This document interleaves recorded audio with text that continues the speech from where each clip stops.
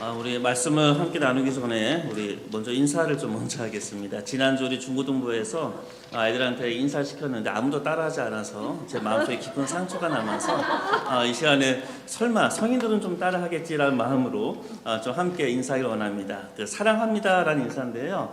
한번 해보셨을 것 같아요. 이게 장신대를 다니다 보면 상담을 배울 때 어떤 교수님이 첫 시간에 반드시 이 인사를 시켜요. 사랑합니다라고 이야기하는데 환하게 웃으면서 절대 하지 마시고 이를 악물고 이를 악물고 너 반드시 널 사랑할 거야 막 이런 그 다짐으로 결단으로 하는 인사거든요. 우리 옆에 바라보면서 이를 악물고 사랑합니다라고 인사하겠습니다.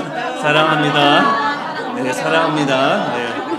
근데 마음의 치유와 회복에 대해서가 중고등부 학생들 때 받았던 이 상처를 치유받는 느낌을 갖습니다. 근데 좀 안타까운 것은 인사만 하려고 했는데 이렇게 주먹을 쥐시더라고요. 그래서 아주 평상시의 마음가짐과 평상시 삶의 태도를 볼 수 있었던 것 같습니다. 오늘은 한 개인이 또는 한 공동체가 어떠한 각성과 새로운 공동체로 새로운 개인으로 새롭게 변화되기 위해서 반드시 필요한 전제 조건에 해당하는 이야기를 함께 좀 나눠보려고 합니다. 제가 이 이야기를 나누는 이유 중에 하나는요, 코로나가 끝나고 나서 많은 한국의 교회들이 굉장히 무기력해졌고요. 사실 이런 표현이 설교할 때 좀 조심스럽지만 약간은 까놓고 얘기해서 우리 지명교회도 코로나가 지나고 나서 혹시 무기력해지지는 않았는지, 그래서 우리 지명교회와 한국교회와 우리 개인의 삶과 가정이 새롭게 각성하고 부흥하기 위해서 반드시 필요한 것이 하나 있는데 혹시 그것을 우리가 놓치고 있지는 않은지 우리 스스로를 돌이켜보고 어떻게 우리 지명교회와 교회가 우리 가정이 그리고 우리 개인이 새로운 깨달음과 각성으로 부흥의 길로 갈 수 있는지 그 이야기를 오늘 좀 함께 나눠보고 싶습니다. 그래서 오늘 이야기는 듣기 굉장히 불편한 이야기가 될 수도 있을 겁니다. 그럼에도 불구하고 이 불편한 이야기가 성령에 의해서 우리 마음에 심어진다면 아멘으로 순종함으로 저와 여러분이 화답할 수 있는 말씀이라고 생각이 들어집니다. 오늘 말씀을 하나하나 읽어 나가면서 먼저 사무엘에 대한 이야기 2절의 말씀으로부터 먼저 말씀을 풀어가 보자 합니다. 7장 2절의 말씀을 보면 성경은 이렇게 우리에게 증언하고 있습니다. 괴가 기랏 여아림에 들어간 날부터 20년 동안 오래 있은지라 이스라엘 온 족속이 여호와를 사모하니라. 기억이 거의 안 나시지요? 한 2주쯤에 함께 법궤에 대한 이야기를 나눴지요. 사무엘에 대한 이야기를 쭉 하다가 갑자기 이야기의 단절을 통해서 법궤 이야기를 하고 바로 우리의 시선이 우리의 초점이 하나님께 가야 된다라는 그런 이야기를 함께 나눴습니다. 그리고 전혀 알지 못하는 상황 속에서 우리 하나님의 백성들은 전혀 모르는 상황 속에서 저 이방 땅에 하나님께서 일하시고 하나님의 열심으로 하나님 나라를 확장해 나가시는 정말로 놀랍고 압도적인 하나님의 사역을 우리는 저번 시간에 함께 나눴습니다. 그리고 이 법궤가 드디어 이제 기랏 여아림, 다시 말하면 가나안 지역 이스라엘 진영으로 다시 법궤가 들어온 이유에 대한 이야기입니다. 법궤가 들어온 지 몇 년이 지났을까요? 성경에 의하면 20년이 지났다라고 이야기합니다. 이 20년에 대해서 성경은요 사실 침묵하고 있습니다. 하지만 우리는 알고 있는 것은 이 20년의 기간은 사무엘이 목회했던 기간이고 사무엘이 말씀 사역을 감당했던 그 기간이 이 20년이라는 시간이었습니다. 그래서 이 20년 동안 어떠한 일이 일어났을까요? 사무엘이 목회를 감당하고 20년의 이 사역의 결과가 꾸준히 하나님의 말씀으로 하나님의 백성을 양육하니까 2절의 끝부분에 이렇게 표현됩니다. 이스라엘 온 족속이 하나님을 여호와를 사모하니라. 여러분 이 말씀이 너무나 감동적이지 않습니까? 20년의 그 기간 동안 사실 법궤가 돌아왔지만 이 법궤가 돌아왔지만 이스라엘의 현실은요 어떠했습니까? 전쟁에서 져서 몇만 명이 죽어나갔던 참혹한 삶의 현장이 아마 법궤가 들어왔던 그 당시일 겁니다. 그리고 그 기간이 한 20년 정도가 지납니다. 우리도 잘 알고 있지만 한국의 역사에 있어서도 20년 정도의 기간 안에 일어났던 재난과 전쟁과 같은 사건들, 우리를 가슴 아프게 만드는 사건은 잊혀지지 않을 겁니다. 그런데 이 20년 동안 어떤 일이 일어납니까? 사무엘이 꾸준히 말씀 사역을 증언하니까 바로 이스라엘의 모든 사람들이 회복을 경험하고 하나님을 사모하게 됩니다. 자, 그런데 이 2절에 이 사모하다는 이 단어가요, 나하라는 히브리 단어입니다. 그런데 이 의미가 우리가 알고 있는 이 사랑하다, 사모하다라는 이 의미하고는 좀 달라요. 이 나하라는 이 단어는요, 사실 애통하다라는 말입니다. 그런데 이게 단순하게 그냥 슬퍼하다라는 의미로 끝나는 것이 아니라 이 단어의 원래적인 의미는요, 바로 고통과 슬픔을요, 예배로 통해서 제의적으로 표현하다라는 말이 바로 이 단어에 숨어져 있습니다. 그래서 이 번역을 사실 잘한 겁니다. 그런데 이 말의 좀 더 풍성함을 위해서 이 나라는 단어는 하나님의 백성이 어떠한 고통과 어떠한 괴로움이 있는데 이것을 하나님 앞에 나가서 하나님께 지금 애통하고 표현하고 예배드리고 있다는 그 말씀이 바로 2절의 끝부분의 이 말씀이라는 겁니다. 여러분, 굉장히 이 백성들이 변했지요. 전에는 법궤를 그냥 하나님을 그냥 이용하려고만 했던 그들이 고통 속에서 뭘 하려고 합니까? 하나님께 이 고통을 아뢰고 예배의 자리를 지키며 바로 하나님께 자신의 안타까움을 지금 이야기하고 있는 장면이 바로 2절의 이 장면입니다. 참 놀라운 것은 고통 속에서 하나님을 갈망하는, 하나님을 열심히 찾는 하나님의 백성의 모습이 2절에 나타납니다. 그러고 나서 이제 3절이 시작되어지면서 이 20년의 기간 동안에, 그리고 특히 20년이 지난 다음에 사무엘이 어떠한 말, 어떠한 메시지, 어떠한 하나님의 말씀을 선포했는지 3절에 요약해서 우리에게 이렇게 전해주고 있습니다. 3절의 말씀입니다.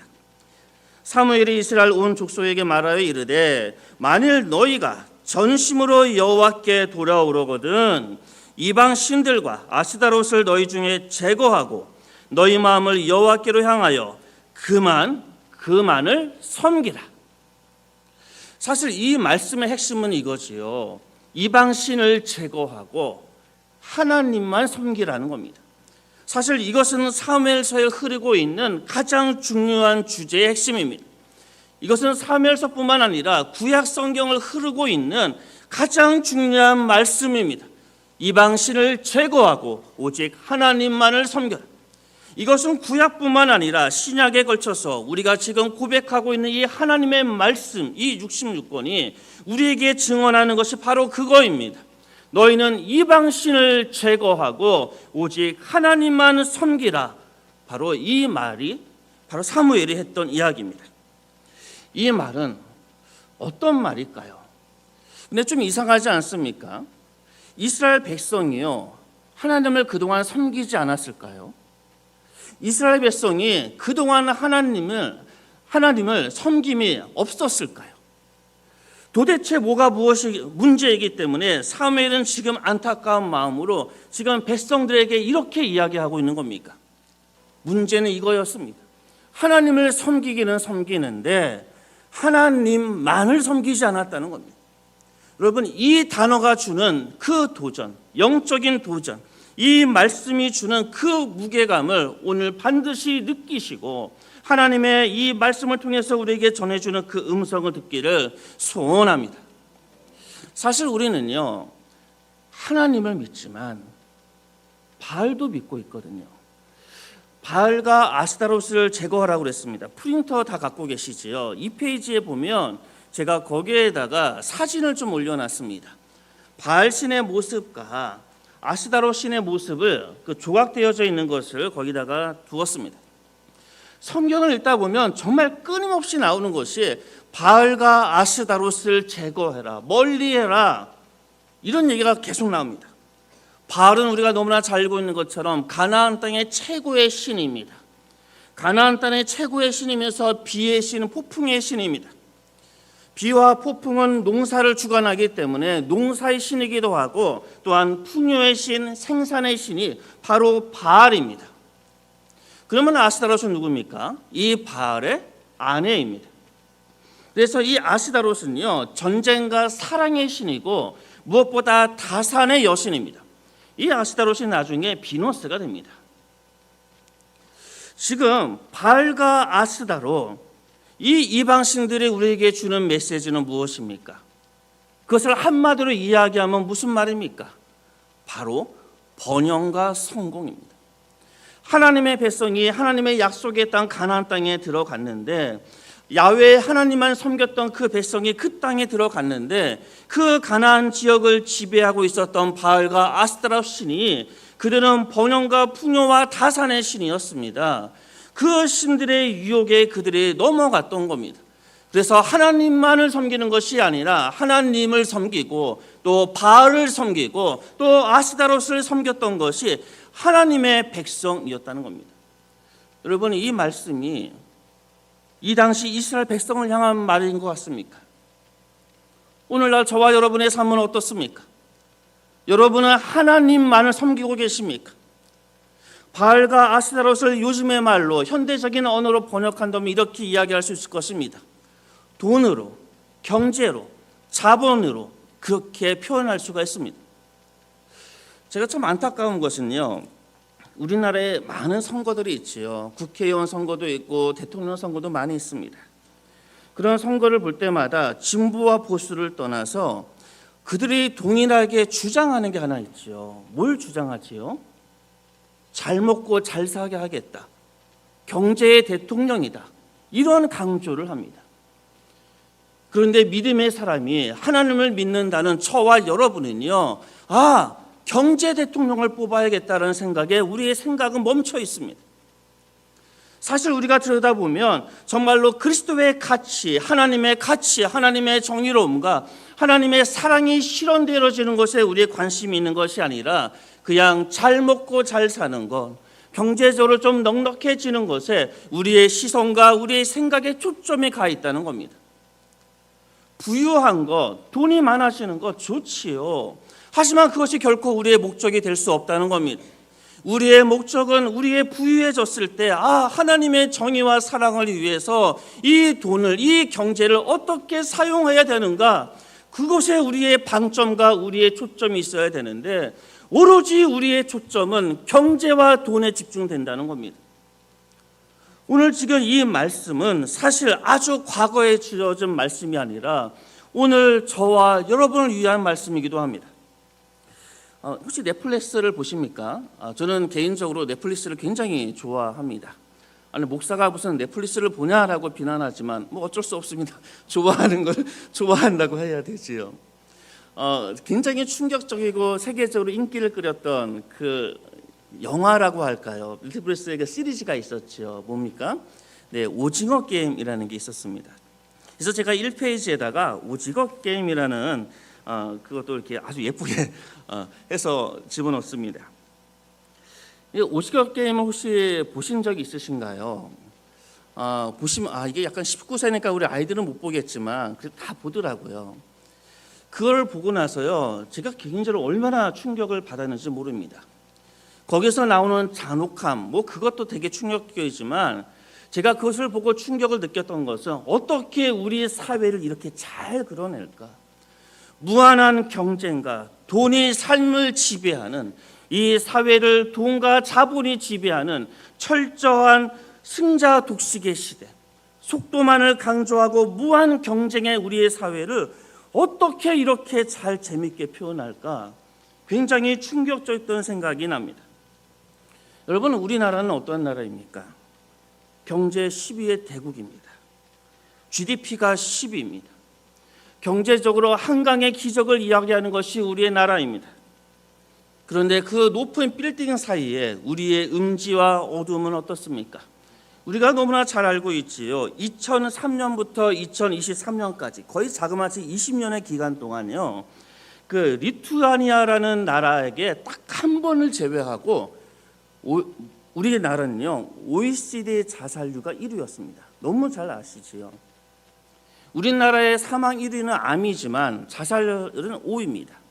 그런데 더 심각한 문제가 있습니다. 그것은요, 10대부터 30대까지의 사망 원인의 첫 번째가 자살이고요. 80이 넘는 노인들의 자살률이 세계 1위고요. 매일매일 하루마다 약 36명의 사람들이 죽어나가는 것이 우리의 현실입니다. 더 심각한 것은 이 자살률이 증가하고 있는데 그 증가의 속도가 1입니다. 사실 말해서 압도적으로 우리가 앞서고 있다는 겁니다.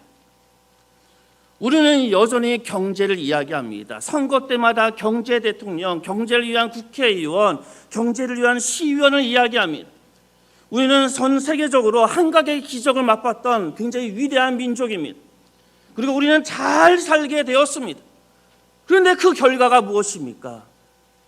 자살률도 1위고 행복지수도 거의 꼴찌에 해당하고 우리의 삶은 청박해지고 마치 경쟁과 승자 독식과 빠른 속도만 무한 경쟁에 있는 그런 시대를 지금 우리가 살아가고 있다는 겁니다. 여러분, 이런 시대에 정말 필요한 하나님의 말씀이 무엇일까요? 저는 단호하게 이야기할 수 있습니다. 바로 바알신과 아스다로스 신을 제거해야 된다는 겁니다. 우리 교회조차도 왜 경제의 논리가 개입됩니까? 왜 돈의 논리가 개입됩니까? 하나님의 복음이 그 값싼 돈에 팔려서야 되겠습니까? 언제부터 한국교회가 이렇게 힘이 없어졌습니까? 기억이 나십니까?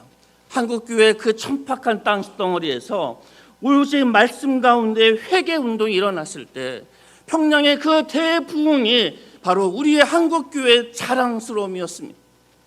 그런데 어느 순간부터 교회는 교회 건물만 짓기 시작을 하고 정치 세력과 타협을 하고 경제를 중요시하고 경제의 바알과 아스타랍 신을 섬기는 그런 종교가 왜 우리는 그렇게 되어지고 있습니까? 이때 하나님께서 사무엘을 통해서 하나님의 백성이 했던 이 이야기, 너 제발 그 바알과 아스타롯신 좀 제거해. 그리고 나만 좀 섬겨봐. 그 말씀을 오늘 저와 여러분이 2024년도를 살아가는 한국교회가 같이 들어야 된다는 겁니다.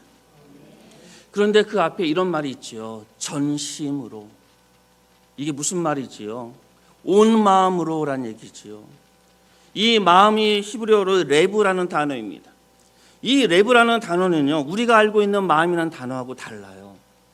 히브리 말에 이 마음이라는 단어가 나올 때는요, 바로 전인격을 이야기합니다. 마음은 우리의 지성과 감성과 의지를 포함한 지정의를 다 이야기합니다. 그래서 인격을 이야기합니다. 그래서 하나님께서는 우리에게 이야기하는 겁니다. 너 말로만 회개하지 말라. 너의 지성과 너의 마음과 너의 행동이 돌이키고 단호히 돌아서서 하나님을 향해야 된다.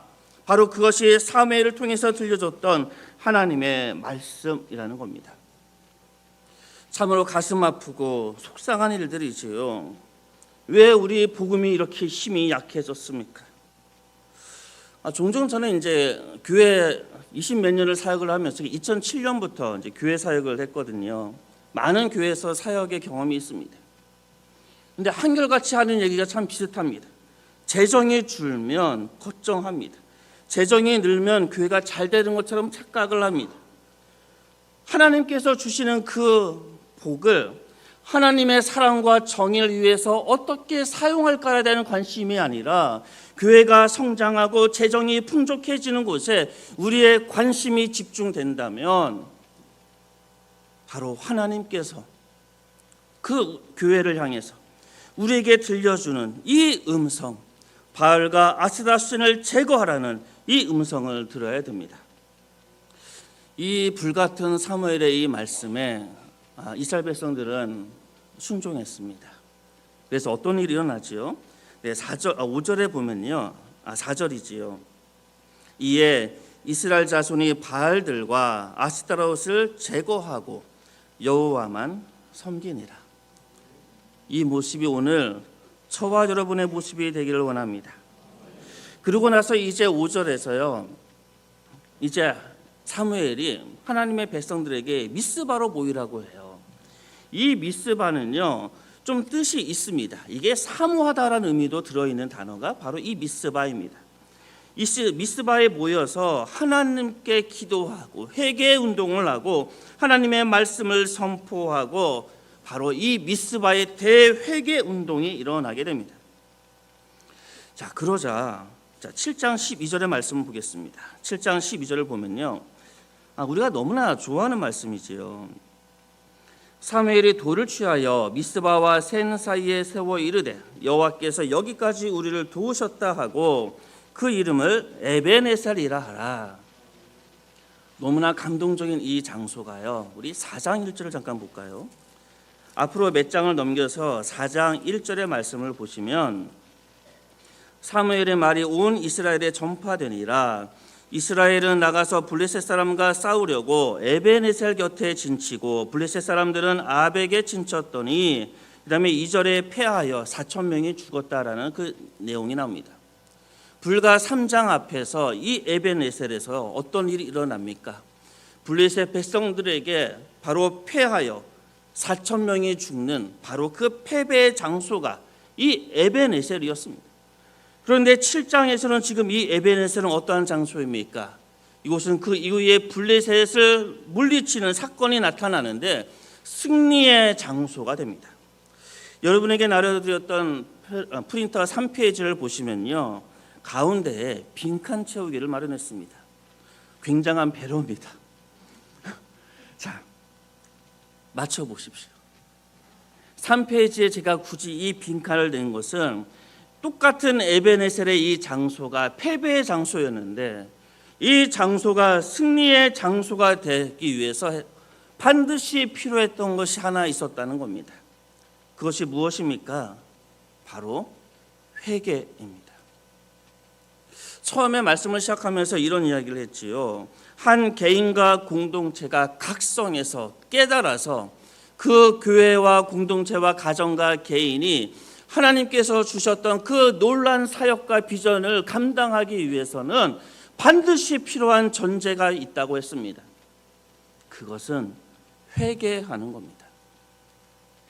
혹시 지금 지명교회가 아니면 한국교회가 아니면 나의 가정이 혹시 패배의 장소로 지금 이해하고 계십니까? 혹시 지명교회가 마음에 들지 않고 우리가 마치 패배한 것처럼 느껴지십니까? 그러면 우리 교회가 부흥하고 우리 교회가 하나님의 나라와 비전을 갖기 위해서 우리가 해야 될 것은 무엇입니까? 그것은 잘 만들어진 프로그램과 잘 만들어진 찬양과 뭔가 프로그램을 통해서 부흥하는 그 모든 것이 아니라 가장 본질적인 거, 회개하라, 단호히 돌아서라는 이 말씀을 들어야 된다는 겁니다. 사랑하는 성도 여러분, 불편한 얘기를 드리겠습니다.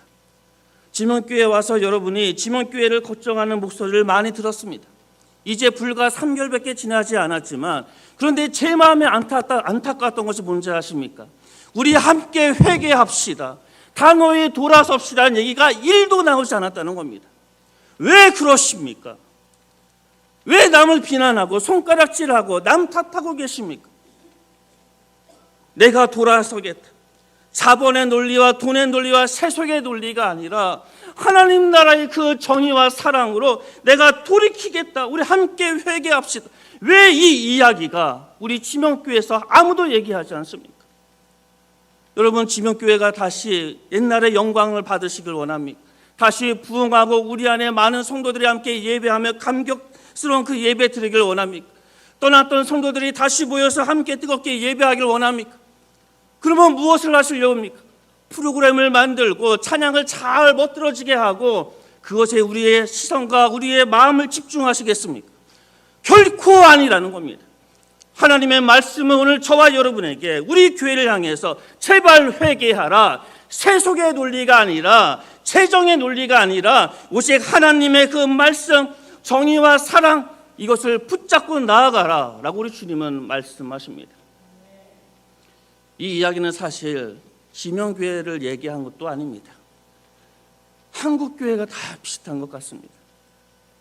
설교 강단에서요, 종종 교회를 비판하고 교회에 대한 안 좋은 이야기 설교를 하면요, 많은 분들이 이런 얘기해요. 좋은 얘기도 할 게 많은데 왜 이렇게 안 좋은 얘기만 하냐, 이런 얘기 실제로 들어요. 그래서 그런 얘기 안 했으면 좋겠다, 이런 얘기를 합니다. 근데 그거 아십니까? 교회를 비판하고 회개를 이야기하는 것은 걸림돌이 아니라 디딤돌입니다. 이 디딤돌을 밟아야지 그 다음에 단계를 우리는 돌아설 수 있기 때문에 그렇습니다.